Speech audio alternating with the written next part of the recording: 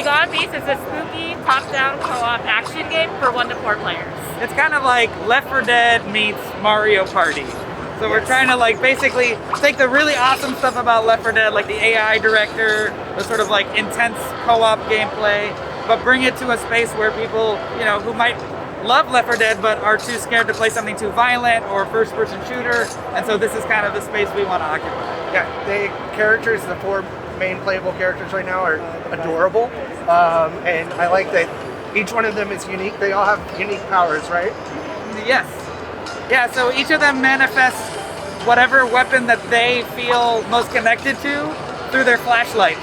So they kind of have these magical flashlights that they manifest weapons into and use to fight the demons of this supernatural rift that's opened up. And so how long did it take for y'all to kind of like decide on your art style?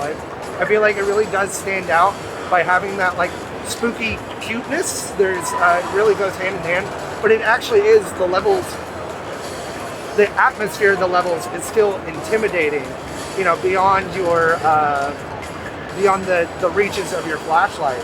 Did y'all initially think like more on the scary side, and then you came into the cuter character style?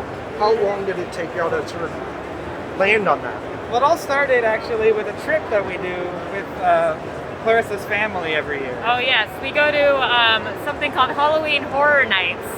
And we're very inspired by that, just like walking through mazes together, like as a group and being scared, but also knowing that we'll be safe in the end. Right. So that's kind of like, we really like the idea of something that's essentially very wholesome, but really like grounded in kind of a real scary thing. Yes. So we've always had a scream in the game. That's just been so fun for us. But we've gone through a lot of iterations. I know you've had to program a lot of different versions of just like so the scream actually attracts monsters as well. So you can use it to lure monsters and to run. Okay. And so that's something we're still toying with, whether that's working or not, or how that's working. But ultimately the thematic of it we're just in love with. So it's gonna be in the game.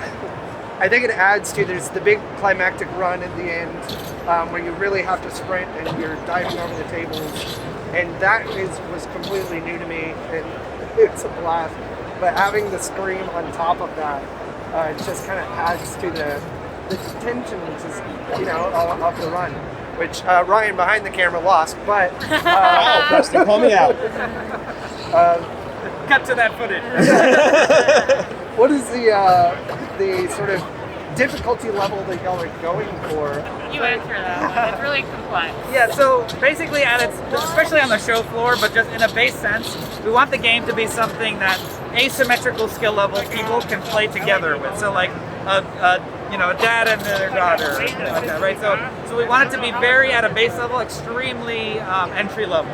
However, the thing about co-op that's really difficult and very hard to balance for is that if it's not edge of your seat, like sort of just outside your skill level, then it starts to fall flat. And so what we're doing is we're planning to put that in the hands of the group that's playing. So we're basically building out challenge mutators and difficulty sort of cards and adjusters that you can use.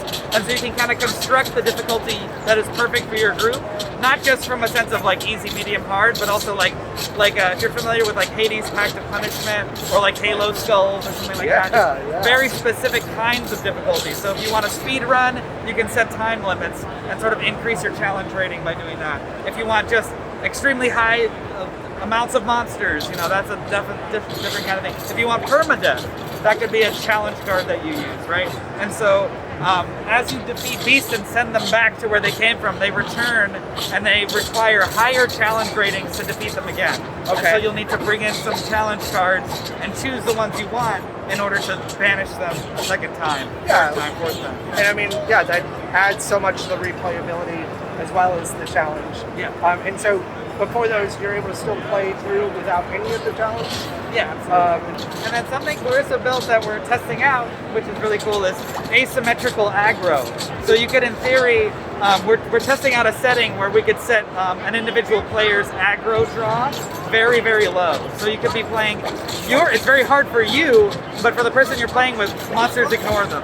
That's And so that's the kind of thing we're testing out. So far it's working pretty well, and we're going to see exactly how we're going to implement it. But yeah, it seems like a really cool way to allow somebody to play with someone who may not be as skilled or as familiar with these kind of games. Yeah.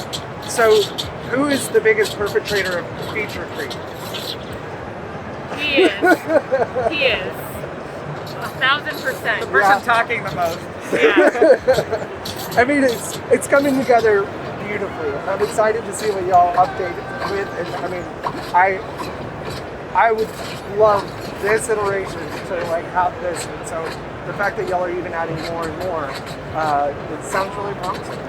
Thank y'all again for taking the time to speak with us, and we absolutely love the game. Oh, thank you so much. Thank you so much. Do y'all have sort of any plans for demos? Do you have a playtest group?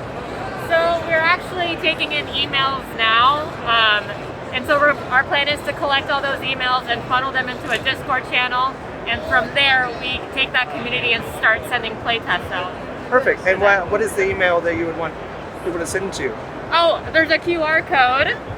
So just if you go to our website, begonebeast.com, Exactly. you can sign up for the email list. You can also follow us on Twitter. We'll be posting stuff there. Perfect. And yeah, like hopefully this summer we're hoping to go public with our Discord channel and start doing external playtesting.